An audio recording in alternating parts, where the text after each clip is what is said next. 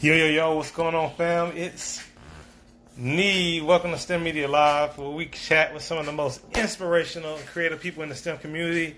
Shout out to y'all. I'm your host, Dr. Nehemiah Mabry. And man, we have somebody on the program this evening that I'm excited to talk to, Dr. E27 Franklin. What up, JB? Good to see you.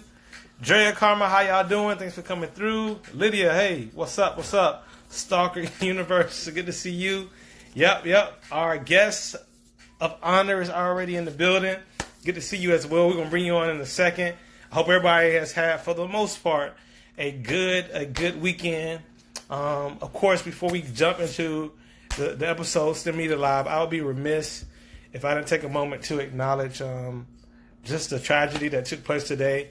Many people who are in our community are fully aware that we lost someone who meant a lot to the culture, particularly as we talk about sports, and Kobe Bryant and his daughter, and really the others that whose names have not been publicized much, who were also on the helicopter with them today. And I can just say that, man, there's a lot to be said, but I won't say a whole lot. But I will say that I do remember when I was in college and Kobe scored 81 points, and I wasn't the biggest Kobe Bryant fan while he was playing. But I remember my friends at school running down the hallways. Kobe scored 80 points. Kobe scored 81, knocking on doors, and we all gathered around the TV just to watch this historic day. And I remember I was won over to Kobe though I was often rooting against him, against teams that I was really tired of him beating my favorite teams. But at the end of his career, his last day in the league, his last game actually, I actually became more of a fan. I started to realize that working hard, being determined, putting your all in something wasn't just something that was an image for him. It was who he was. And as I think about his career and everything he put into basketball and to really be the best basketball player, I can't help but draw parallels from that to our careers in STEM and the things that we feel as though we have a passion and a gift and an opportunity to make a difference in.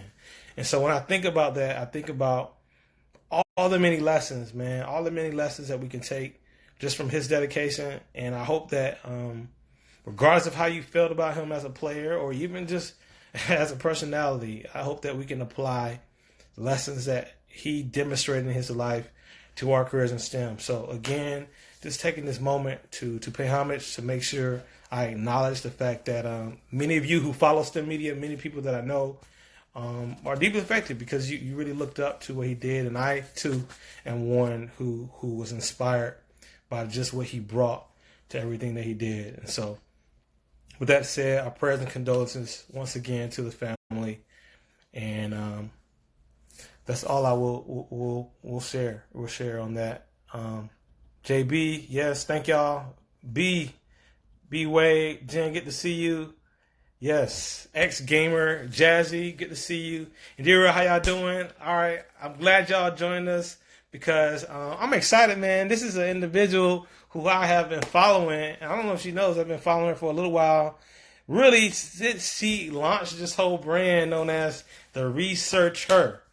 That's right, we're talking about none other than Dr. E27 Franklin, who we're about to bring on to STEMedia Live. Hope y'all ready. What up, Kelly? Boo Man, good to see y'all. You're just in time as we bring out our guest, Dr. E27 Franklin. She started her professional career at the University of Illinois in Urbana-Champaign.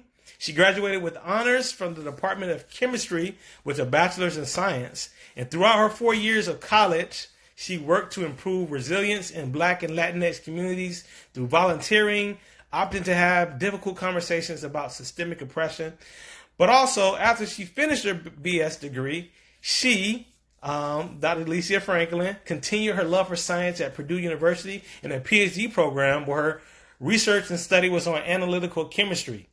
And the big things that we got to give her love for, shout out to y'all, we got to give her love for finishing and defending her thesis on November 4th, 2019. So she's a freshly minted PhD. Shout out to her. Currently, E27 is a postdoctoral researcher at Purdue University, where she is expanding the use of gas phase ion reactions for lipid analysis using mass spectrometry. And so y'all check it out. Hey, good to see you. Y'all need to get the hearts going because right now we're about to welcome to STEM Media Live none other than the researcher herself, Dr. E27. Y'all get the hearts going. Let's give her applause as she comes on to STEM Media Live. I've been looking forward to this. It's all you. Boom, there she goes. Hey y'all, what's Hey, up? what up? What up? What up? Feeling today?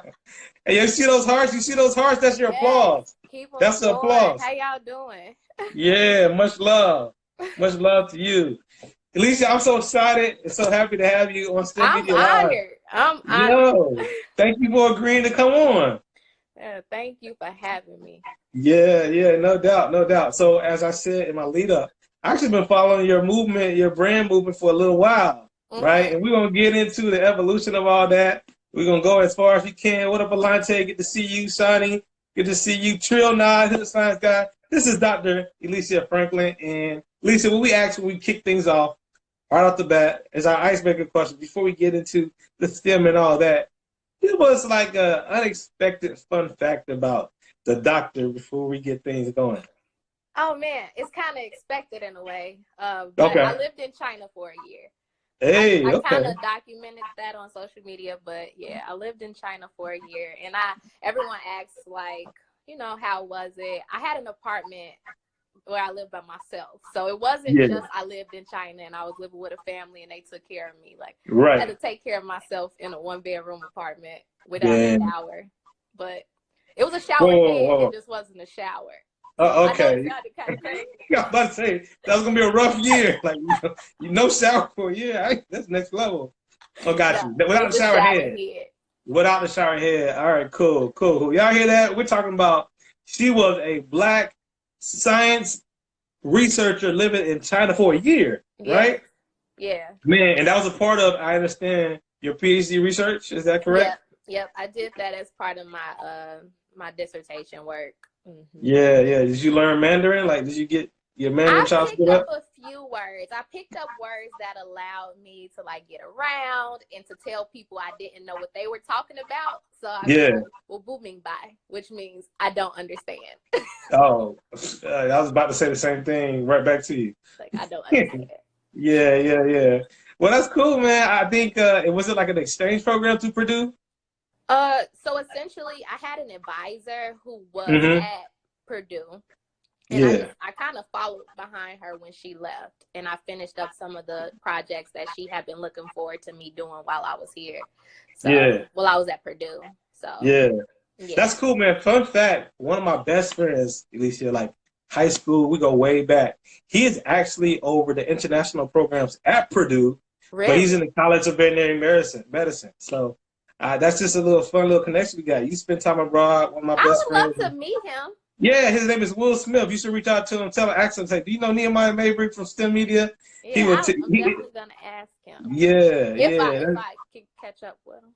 Yeah, for sure. Y'all, give him some hearts, give some love for Dr. Alicia Franklin on STEMedia Live. I'm so happy she agreed to come on here in our second season. But, yo, let's talk about this a little bit, right? And I want to hear your story about how you got to where you are.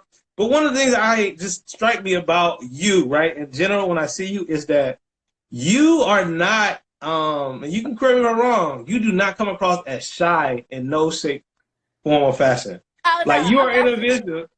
You're an individual you're completely cool, comfortable in front of the camera. You can put yourself out there. You say what you think, and it's like, hell, this is me. Like, was that always who you were growing up since a little child? Yes, it's also been a problem in my life.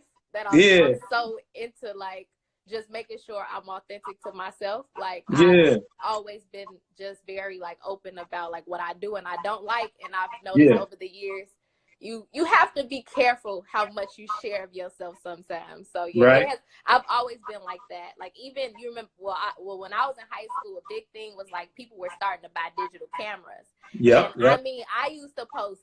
We would be in school taking just like senseless pictures, like look at me, look at me. It was like when Facebook was really popping and all that. Like in high school, I mean, I would post a whole album of like 50 pictures just because. It's just because. Yeah. Yeah. So you always put this stuff out there. Like, what was the? You grew up in Chicago, right? Yeah. I'm from Chicago. From Chicago. All right, cool. So what was like your childhood like growing up in Chicago? Like, what were some of your most fondest memories as the young Alicia? Yeah, I've always loved school. So as far as like fond memories go, I was very passionate about making sure I made it to school every day.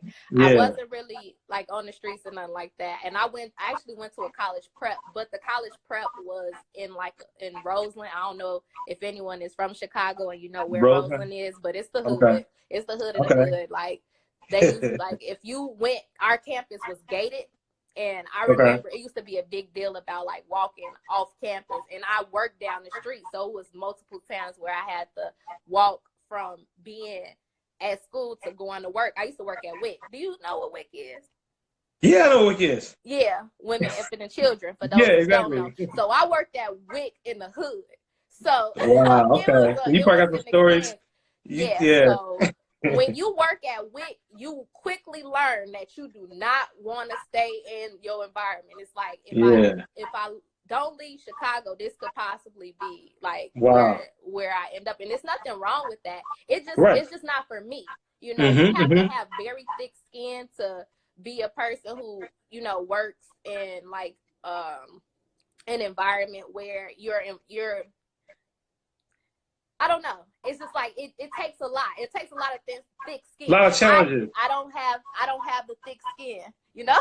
Okay. I learned I would say to work in customer service. There we go. It takes people skin. All day coming at you, got an attitude. It's not even your fault, but they coming at you like you just messed. And I mean, I don't have thick skin. So I learned at 14 or 15 years old that I was not interested in working customer service. So I needed to like, you know, I needed to venture off and do something different. So of course, like my mom is actually a school counselor. Well, she is now, but at the time she was one for the Chicago Public Schools. So I always knew I was going to college. It was never a question of whether I was or wasn't. It was always like, where are you going to go? So for a while I wanted to go to Tennessee State, and she was like, well, you grew up around like, you know, in the Black community. I really want you to, you know, branch out. Branch out. Okay. Get into a different environment. And, you know, learn how to learn the real world in a way.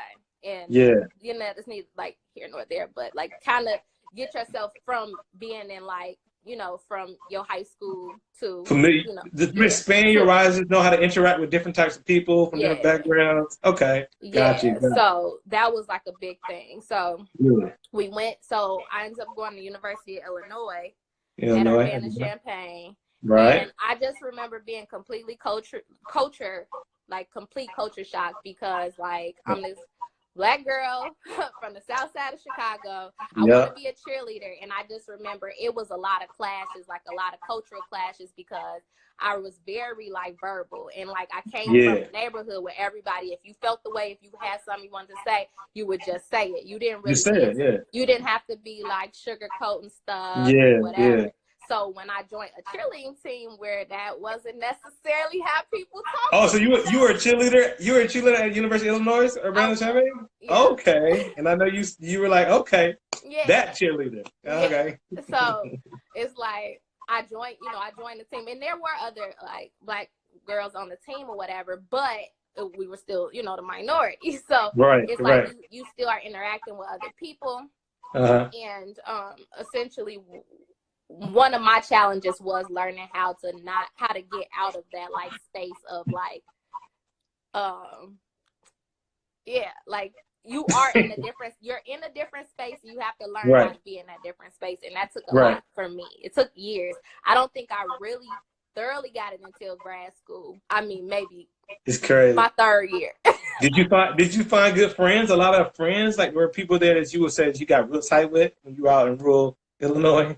Yeah, I pledged. So like I think when I left college, the strongest relationships that I had were my line sisters. Gotcha. What do you pledge? You want to go ahead and shout out? AKA Alpha woman. All right, shout out AKAs. Much love, y'all. This is Dr. Alicia Franklin telling her story how she got to her undergrad career. Shout out to moms who encourage you to go to college, to seek new experiences. Y'all give her some hearts. And I just want y'all to know this as we continue on. JB says, say it with your chest. I love it. Hey, listen, as we go on, I want y'all to know that y'all can ask any questions. Make sure you type it in. As we get opportunities, we're going to scroll back to it. There's a little like Mario question mark box. You see that question mark box, right? You see it at the bottom? Do you have it on your end? The question mark box? Okay. Hey, if y'all got it, if you're watching this, I'm sorry. But if you have that, basically we can pull your question up and everybody can see it and make it like a formal Q&A. But really, you can just ask any question anytime. And Alicia and I will get an opportunity to come back through as you all come through. Keelan, good to see y'all. She is from Chicago, and you are, I think you're the second guest. Alicia, uh-oh, did I lose you? No, I'm here. Sorry. I accidentally flipped the camera. I was going to say, yo, we just faded to black real quick. Yeah, you're the second guest from Chicago on the show this year. And I always tell people, like, I like Chicago. It's a really cool city. I was out there last year a couple of times. Great food. Oh, yeah. We have the best food in the world. I thought you should know that. Chicago has the best food in the world. I can't even dispute because I came doing the taste. I went to the Taste of Chicago. And, like, I love the food, but let me tell you, Alicia, I dropped a lot of money at that doggone Taste of Chicago. And as you should. It deserves. It deserves. I'm just saying, though, like, I'm just like, yo, like, I got to buy tickets, and then I have 2 little tickets to get something else I want. Then I got to buy a whole nother stack of tickets to get. It was just crazy. But it was great. I loved it. The pizza, everything.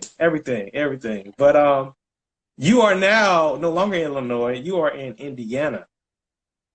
I am. I'm in West Lafayette, Indiana. West Lafayette. Well, again, I just told you I had a friend up there. So let's talk a little bit about how you got to grad school, because one thing is a culture shock, right? And I want y'all to ask these questions too if you have them. One thing is the culture shock of, you talking a certain way, people looking at you, giving you blank stares, not even knowing what you're saying, all that stuff. But then there's also like straight up a leveling up that happens academically when you find yourself in this open-ended research process. Yeah. So tell us a little bit about your adjustment when it came to that as well. Okay, so like kind of going back a little bit, when I was growing up, I didn't even know you could become like a scientist or like a researcher. I didn't know, or like a chemist. Beyond me, because like in my head, the scientist I knew was like Bill Nye. I knew Einstein, like that's the extent of my crazy hair. And I thought that they were just like special people. I didn't know that there were really these labs out there that people worked in like full time and got paid to like create stuff and like learn new science. So at the time, like, growing up, I was like, well, I know I want to get a doctorate degree. I just don't know, whether I'm going to med school or pharmacy school. Like when I was growing up, like everyone was like, you're going to be a pharmacist. My family like fed that into me.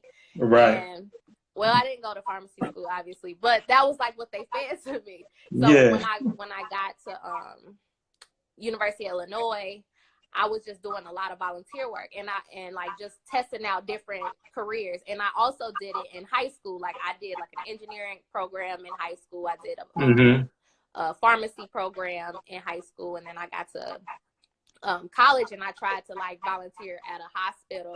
And I was like, oh, I do not want to do this.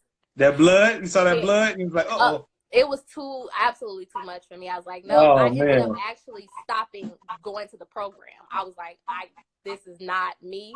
I'm sorry, y'all. I can't do this anymore. I'm about you. You was on that SpongeBob meme right away. Yeah, I'm gonna head out. That was me. So I was like, okay, I'm gonna head out. And then I moved on to volunteering. So not volunteering. I went and I reached out to a professor to work in his lab, and I started working in his lab. I said, now this I can do. I got you.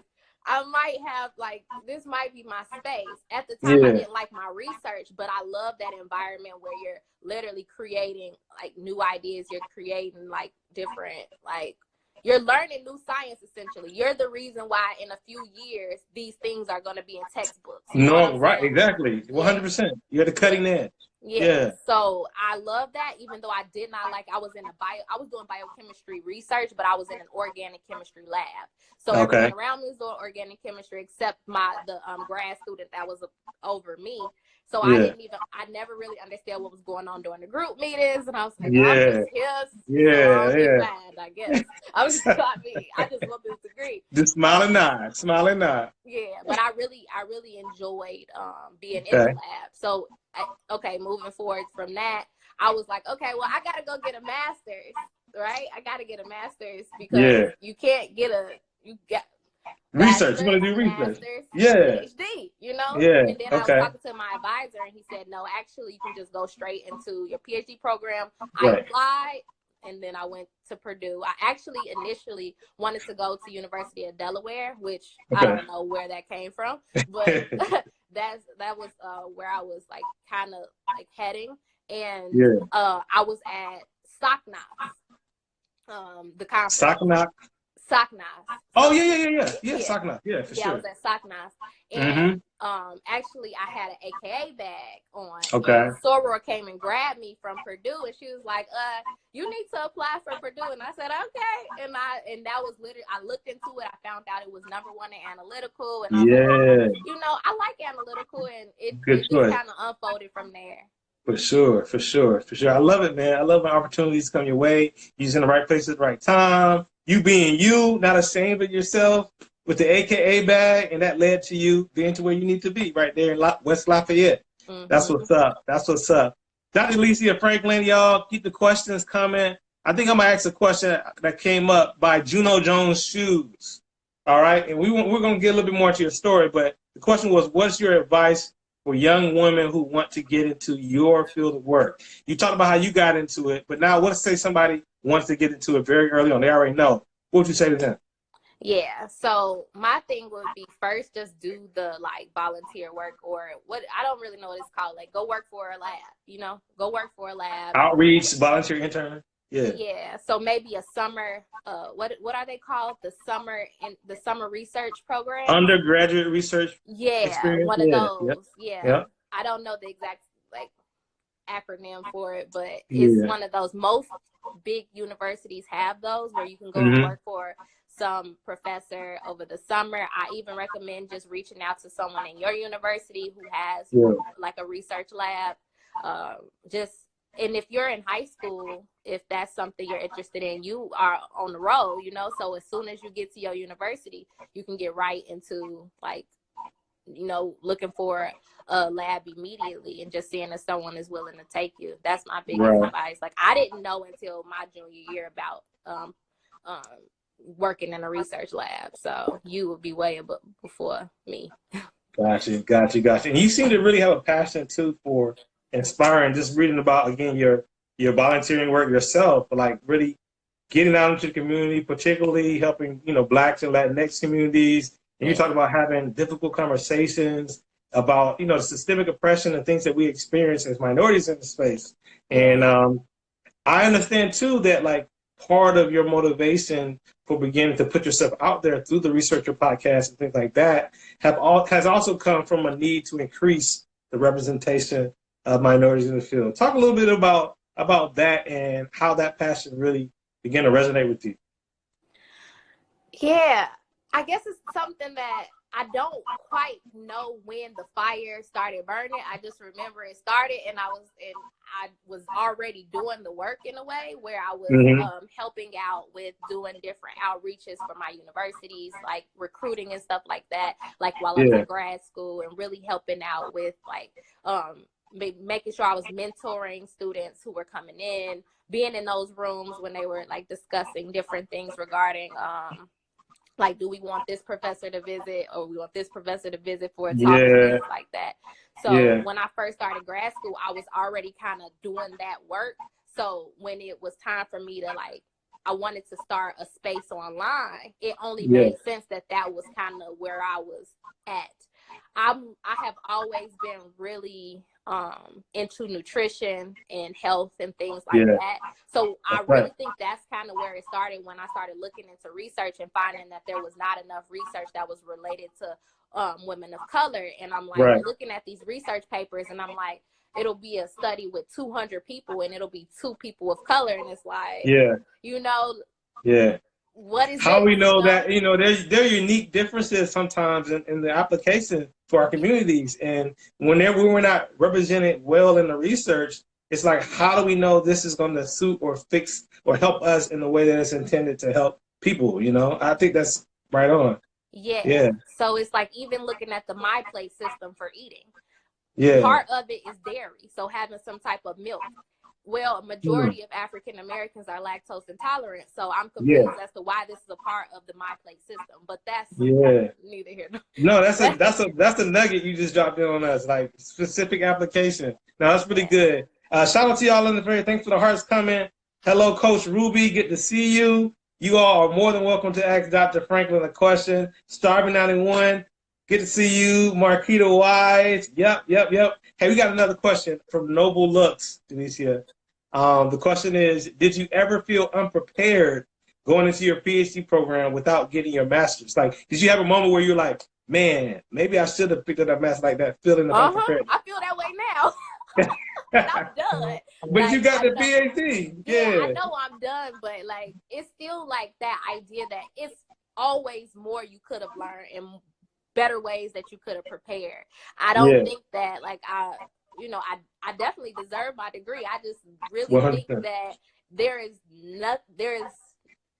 always knowledge that you could have going into something. And I'm just like, if I would have gotten a master's, I would have been like, it wouldn't have been as difficult of a transition, because like at Purdue, in order to like get to your qualifying exams, you have to take these series of exams once a month, and it can be on a random topic. And I just remember thinking, like, if I would have gotten a master's, like I would have done way better on these exams. It wouldn't have taken me so long, whatever. And I would have been able to get to my research quickly. But yes, if you ask me personally, do I feel like I would have benefited from a master's degree? Yes. But I still, didn't mind suffering through it without it either. Both ways. It's like you pick and choose. I finished a little earlier, but I definitely worked my butt off to catch up. That you did, that I totally believe, not to mention, again, spending a year abroad and the challenges that you face on that, not to mention the research and trying to adjust. That's a whole lot, Alicia. That's a whole lot.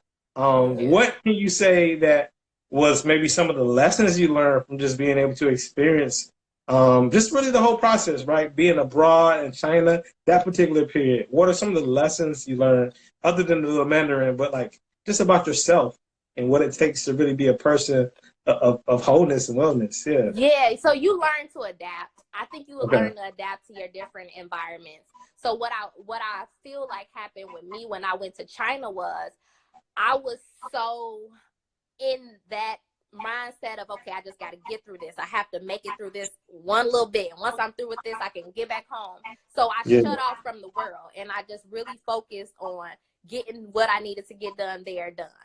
And it wasn't the healthiest way of approaching life, but I guess all of this is to say that you learn and you adapt to whatever situation you're in. And I think one thing that I did learn was I needed to find ways of coping. So I meditated a lot in China. Like I meditated every morning almost before I left the house. I would wake up.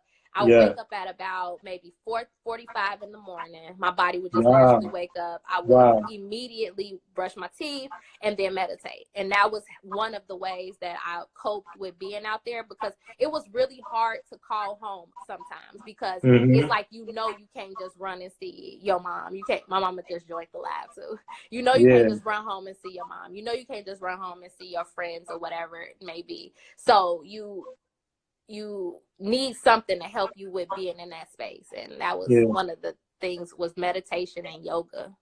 Yeah. No, that's really good.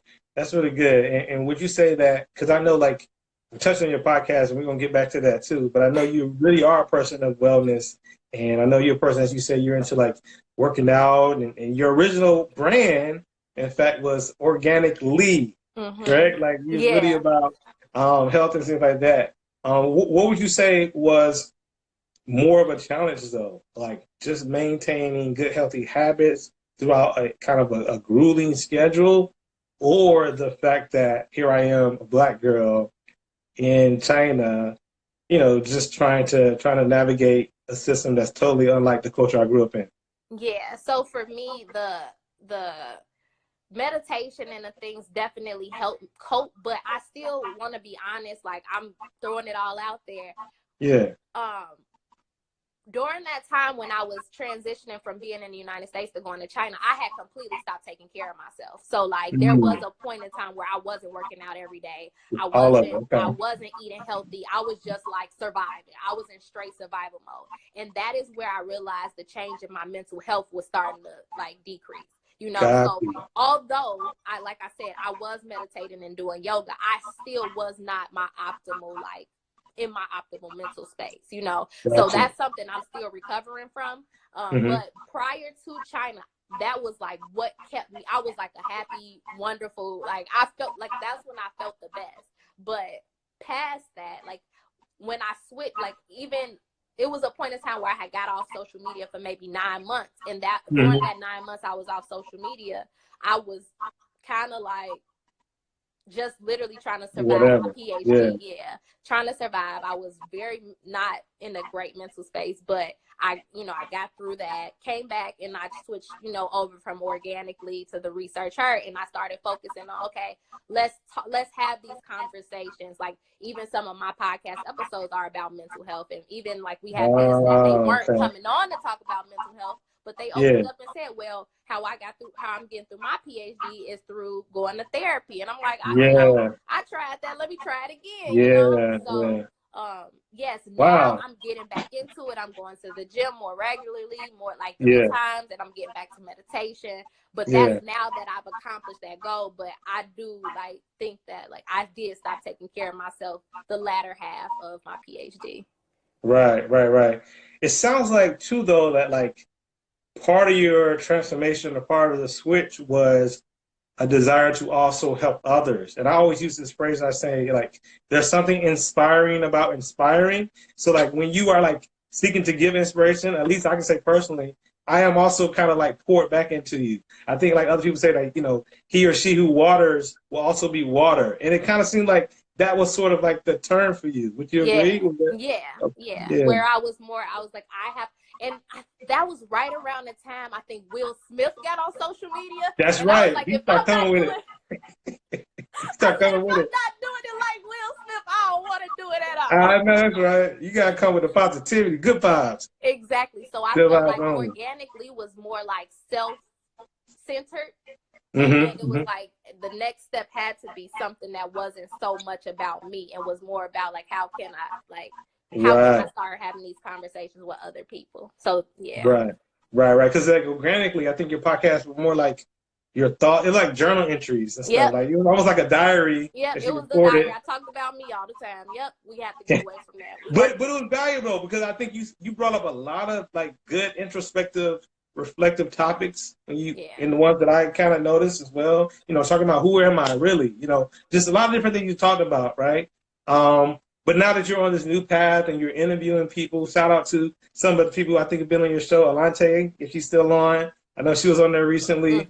Shout out to everybody that has touched the brand and can attest. If you all agree that her brand, the researcher, is dope, go ahead and just drop a heart. Go ahead and show some love. Let her know how dope she is. And I want to ask you this, though, Alicia. What have you enjoyed most about sort of like the researcher phase of like what you've been doing lately? What have you enjoyed most about that experience? Honestly, talking to other like Black women who are doing like science and research, that has been so much fun for me because it's allowed me to network outside of what I immediately see.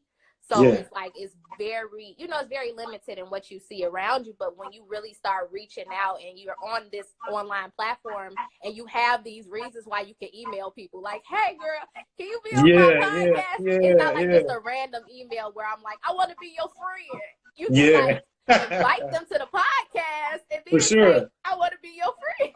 For sure. Yeah, no doubt. No, I agree. Like that's part of like what STEMedia Live is for me. Like so many people I admire, like yourself, because I think I first came across you. You interviewed someone that I went to undergrad with, Christelle, I don't know if you remember, it was a long time ago, right? And she was advertising it. And I was like, let me check out her episode. And I heard her, and y'all were just talking. I was like, yo, Alicia sounds cool. Like, I feel like I should know her as well. And so that's kind of how I got hip to your brand. But you're right. She was actually the first person I interviewed. She was? Okay. She was the first person. I knew I was there kind of early. Yeah. And shout out to her. I think her handle is Give Her PhD 24. I think here on Instagram. Shout out to her. We went to Oakwood University together down in Alabama. But shout out to you and everybody else that's been through the Research Her brand. You talk about how some of the mission, right, of the researcher is, to help make better health and lifestyle choices. You talk about research to solve everyday problems, so we sort of already touched on that. Women of color doing research, you talked about that as well. Underrepresented research groups, people in research. And then last thing, and I got this from your website, by the way, you also said you promote. You sound good. Come on. Hey, no, listen, you are good, Doc. You are already on it. That's that publishing skills right there, right? But you talked about to promote and encourage the pursuit of research that has yet to be executed. So you are, as a postdoctoral researcher, right? Yeah. Can you demystify a little bit for people who are like, yeah, okay, there's school. I mean, there's undergrad, there's master's. If you do that, then there's PhD. But now Alicia, the doctor who already has a PhD, is doing something called postdoctoral research for educational purposes. What are you doing, and how perhaps is that tied into promoting research that has yet to take place? Tell us a little bit about that. So right now I'm postdocing, and essentially what that means is, like, after you get your PhD, before you kind of move on and like either become a professor or work for some industry, or you can even get a postdoc in like industry or government. But essentially it's like a transition phase where you're learning how to run a lab. So you get more responsibilities and you're learning pretty much the ins and outs of the lab and things like that. I just started in January, and I've been pretty much trying to like find my little space in research and figure out if these different projects are going to work. But it's just, for me, it's the opportunity to have more time to learn how to run a research lab, seeing that that's, possibly one of the directions that I will go in the future. Yeah. And to be honest with you, again, reading your bio, your information, I was going to try to say the title of your dissertation and your areas of research. I was like, I'm not even going to play myself, because some of these words, not exactly structural engineering words, which is what my background is. So break down for us what your specific niche is, where your focus is as it relates to analytical chemistry, and how that research is perhaps evolving in the future of your career. Yeah, I could sound super fancy and tell y'all what the title of my dissertation is. But I'll go ahead and I'll get straight to like what I do. So we are all human, right? We all have bodies, and our bodies are made of cells, right? And within the cells, you have the cell membrane, which is pretty much the envelope in which that holds everything in. And that envelope can have it has a building block called lipids, right? And those lipids have their own structures. They are able to, depending on what the structure is, it has a different function. And what I specifically do is I look at what the structures of lipids are using mass spectrometry. I specifically focus on determining the location of double bonds, because within the past few years, what's being found is it's a more consistent and is looking to be more precise at being able to determine from person to person whether there is a disease that will occur in the future. So we already know biomarkers for certain diseases like diabetes and cancers, and most of them use lipids to be those biomarkers, right? But then they have there is not something yet that can be the if you have diabetes, we also can test for pre-diabetes, but there isn't quite that molecule that is allowing us to determine, are you on track for pre-diabetes? And that's where that is where kind of lipid structures and identities are really coming in handy, where we're is there a different profile that we can look at to determine whether you are on track for pre-diabetes. And it's becoming it's a lot of research in that field. So I don't specifically do that work. When I was in China, that was kind of where I was on track on getting, but I came back to the U.S. and mental health. So I'm back in the U.S. and what I really do is develop new or novel methods for probing the structures of lipids using ion-ion reactions in the gas phase in mass spectrometry. Got you. And first of all, spectrometry, I hope I said it correctly. Yeah. All right, guys. Explain what that is. What type of investigation is that? What do you mean? It's like what type of method is that? In mass spectrometry, all it is a sophisticated way of testing the mass of things. That's all I do is I test mass and I see based on these different masses, can I get information about whatever it is I'm analyzing. Got you. And your research sounds great because I feel like it sounds like it enables earlier detection, particularly for our community who deals with diabetes at like a disproportionate rate, right? We're able to kind of get in there as a result of work that you're doing and say, hey, I can catch this thing even earlier than what modern methods allow me to catch it, and I can make modifications in my lifestyle to be able to avoid it, correct? Exactly. Yeah. Hey, shout out to you, man. Y'all give us some hearts. You see those hearts out here saving the world, you know what I mean? One bond at a time. One double bond at a time. One double bond at a time. I'm loving it. I love that. Elisa, we got some questions. We're going to definitely get to these questions too. Y'all, good questions in there. I see you coming along. I'm going to see who I can go to. I think I saw one earlier from Indira. I hope I said your name right, sis. She said, any advice for the post-PhD transition? So you went into a postdoc program. What are some of the things you would suggest for somebody else to kind of in that same, like, I just got it, you know what I mean, phase that you find yourself in? So I actually had a different experience than like what most people would experience, which is you have to probably reach out to your professor and, you know, pitch to them a research idea. For me, I was co-advised by a professor at Purdue, but I spent a majority of my time working with the professor that went to China, and I had specific research that I was doing that involved like what she was specifically doing. But when I was wrapping up that research, I pretty much was like, okay, well, this is how we're gonna like. I'm gonna write my dissertation, write these papers, and pretty much like once I finished the research that was related to what she was doing in her lab, I transitioned into postdocing with my current PI. So that was kind of like my like experience. So all I can say is like for me is like have an idea of what research you will want to do and what you can see yourself doing long term, because that was why I chose to stay there instead of like reaching out and trying to find like another lab to go to, because I knew that the information and the research that I was doing at Purdue, it was something that I see myself doing, and it would help, it would benefit me moving forward from my the research that I would do if I were to start a lab. That's good. That's good. And I think I'm gonna ask someone on that too, because I remember when I first got my PhD a couple of years ago, like it was sort of anticlimactic because you work so hard, you going. I gotta write, gotta revise, gotta do this experiment, and then you finally like defend, and you feel really good, but at the same time, it's like all right. So like, like it's crazy because it feels better knowing you're getting there than when you get like, oh, that was it. You're like, yo, like what's like what? Look, somebody gonna send the bag to my house? Like, what's good? What's good? Like, what's going on? I thought the money was just gonna come pouring. Right, exactly. Like I'm gonna see the Brinks truck outside. Like, yo, we heard you defend it. Here's all your money. But yeah, no, you're right. You got to know what you want, and you realize that here's now some qualifications, something you've achieved that you can now leverage towards something else. And so you sort of have to set new goals and decide where your next vision is. Because that's not the end. You're going through a PhD program, not just to a PhD program. So I love what you said. Yeah. Jazzy.lm says, I am a first-year graduate student at Purdue University too. Okay. But I am in the Department of Biological Sciences. Have you had moments that you doubt your skills as a scientist?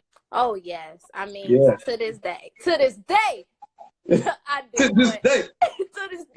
But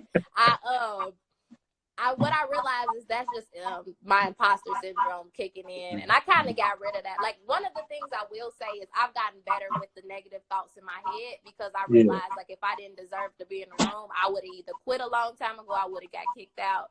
So I made it this far. I finished. I work in a lab with some of the most brilliant minds in analytical chemistry. So I had to learn that, yes, you're going to be uncomfortable because you're literally sitting around brilliance, you know, but if you weren't supposed to be there, you wouldn't have got there. And all you can do is show up as yourself every day. And I think I spent so much time not trying to be myself that that was one thing that grad school did. It kind of suppressed Alicia, and like now that I am starting to be more comfortable being a scientist and being black and I'm like I'm more comfortable in the room because like I worked my butt off just like everybody else. You sit around brilliance and they sit around brilliance too. Exactly. So they better know. Boom. Flat out. I love it. I love it. This my seat.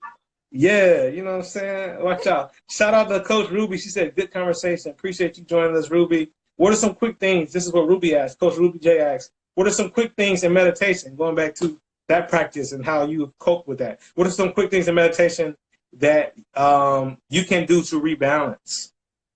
Okay, so for me, when I meditate, I really am literally trying to clear my mind.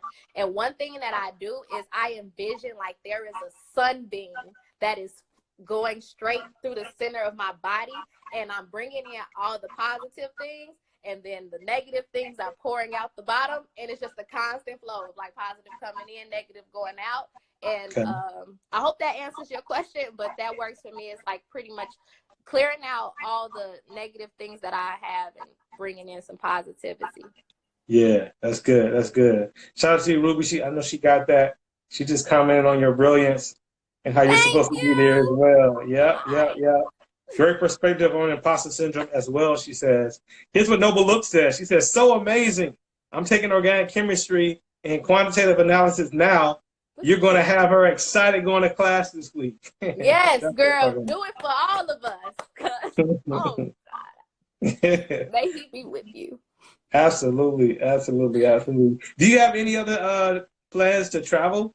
Alicia, like, do you want to get out abroad again? Oh, yeah. I plan on traveling pretty much forever. I know I will be at the STEM Noir conference in June. To anyone who is in here, Black women who are interested, it's a mental health for a conference. It will be research and mental health based talks. I will be there in June. So that's in Puerto Rico, which isn't international technically, but you get to be on the island. International-ish, you know what I mean? Yeah. Hey, and I'll be looking on traveling more, but actually outside of that though, I want to sit down a little bit because I've been doing way too much. Yeah. It's crazy too because you still keep the smile, you still keep the positive energy flowing. Every time you put stuff out there, I know it went through a lot because I do remember when you were like, "Yo, I'm about to defend this thesis, man."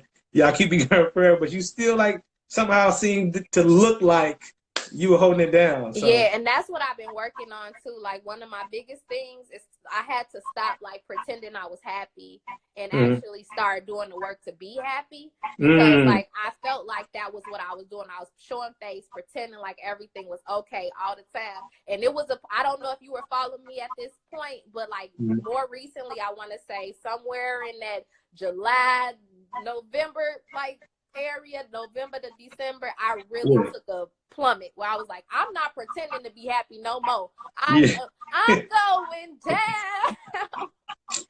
And that's what I did. Yeah, I'm getting real. Yeah. And it's okay because I'm slowly building back up now. And we getting there. Yeah. And that's the authenticity that I think draws a lot of people to you and your brand, the researcher. Dice education, and we got a few more we're going to take. Is there depression after you defend dissertation? I can't see a movie. Is there a boredom that happens because you don't have any more deadlines? Yeah, that's what we're talking about. Go ahead. Yeah, so for me, I had this conversation. I was crying all the time. Like, I think I probably cried every day because I was so lost. I was like, oh my God, like, I'm so sad. Like, what is wrong with me? And it's called like, post-adrenaline something. There's this theory out there that pretty much states that after this huge accomplishment or this huge event, you end up going into like this, like, you can go into a depression off of the strength that you have been working so hard. I was already depressed. So I went like depressed. Like I went from like one level of depression to like a sunken place almost. So it's one of those situations where like I had, I've been working, and then now you're like, okay, so what's next? Who am I? Because you have identified yourself as a PhD student. I am a PhD. That is your identity for me for 4.5 years. And now, it feels longer than that. It feels even longer than that. Yeah. And it's like now I have this. What is my identity now? And you lose yourself a little bit. For me, I'm still working through it.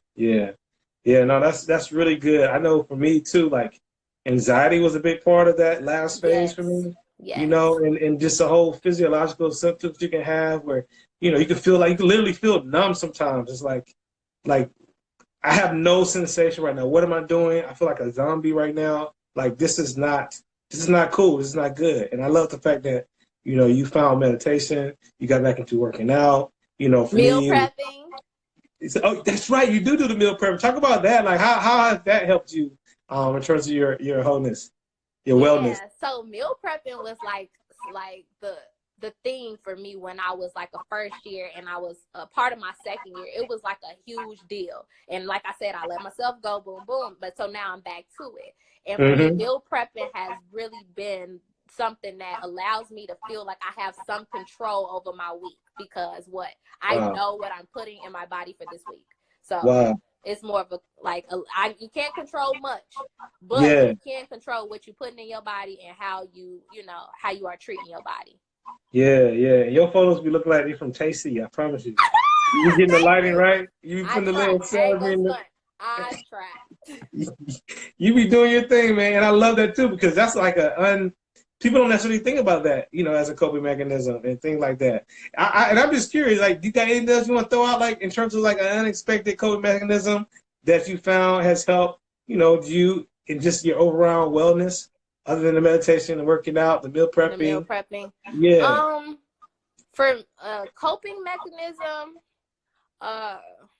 having a good support system is very important. I luckily am, surrounded by so much love, and I have people who have supported me. I also go to therapy once a week. So anybody out there who doesn't believe in therapy, trust me, it works because let me tell you, that lady pulled me up. Okay? And so that's the coping mechanism I believe in. For sure. Man, you dropped so many great gems. Dax Education said, thank you for your transparency. We got Fit Lisa AG with the hearts and the praise hands. Yeah. I love it. Coach Ruby resonated with stop pretending to be happy and do the work to be happy. I love it. That's a bar. You know what I mean? Jennifer said, yes, it does. Yeah, that's really good. I'm loving it. So this has been a great conversation. Man, I promise you, I told you like an hour is going to fly by before we know it. I always say like, maybe we'll get in. But I do want you to give us some plugs and stuff. Let us know how to find you. Coach Ruby has a question real quick. You can answer that question, but then follow it up with like some of the stuff you got going on and how people who are watching this can stay in touch. Okay, so I use therapy for Black girls to find my therapist. And it's I do it virtually, by the way. And she's in Chicago. I really wanted a Black woman for a therapist. It was very important to me. And I wanted somebody who got their doctorate degree too. So I needed someone. Is that a website? Therapy for Black girls is a website. So is it .com? I think it's .com. You should be. It's a pretty big website. So like, even if you just Google it, it'll pop up. Okay. Yeah, and they have a database of just like women, Black women or women of color who are therapists. But real quick, I will say this: take care of yourself. Take care of yourself throughout your journey. For real, because like that's very important. It'll definitely save you a lot of hassle and time. And essentially, I'm the researcher everywhere. Like my website, theresearcher.com, Twitter, the researcher, Instagram, the researcher, Facebook. That's good. Everything. Strong brand. So that's where you can find me at. And if you want to talk to me, if you inbox me, we'll end up on Skype. I do mentoring to the girls who reach out to me on Instagram and tell me they are interested in STEM. So if you know anyone who wants to talk, I always, am down for that. I love it. I love it. Hey, y'all, I hope y'all heard that. Whether you're watching this live or on replay, please go ahead and reach out to Dr. Franklin. She is out here. She's out here putting us out here. And I just thank you for it. I definitely want to affirm the work that you're doing. And man, this has just been a great opportunity to chat with you. I know we're gonna have more time to chat, but when you go to Puerto Rico, I'll be looking for that live podcast too, because I know you got tons of content you can produce while you're out there. Yeah, so I'll be looking for that. Yeah. But before we say goodbye, please go ahead and give us, as we ask customarily for our guests, some parting words of wisdom, parting words of guidance before we say goodbye. So one thing I highly recommend is just be sure that you are like keeping up with your daily progress, whether it's the smallest things such as like getting up and making it to work or actually going to the gym. A lot of people reach out to me and say, hey, I'm trying to get into the gym. Can you help me get into the gym? And I'm like, go. Well, I don't have time. Go for 10 minutes. Just show up. If you just show up, eventually your body will be like, okay, I made it. And then you'll do 5 minutes of working out. Then you'll do 10 minutes. And you'll look up and you'll be working out for an hour, But just show up for yourself. And I would like to end it on that. Yes. There you have it. Y'all give her some hearts for that. Show her the love. Thank her so much for her time. I'm incredibly thankful, Alicia. Man, this has been an honor. This has been a great. I got a lot of good energy from this.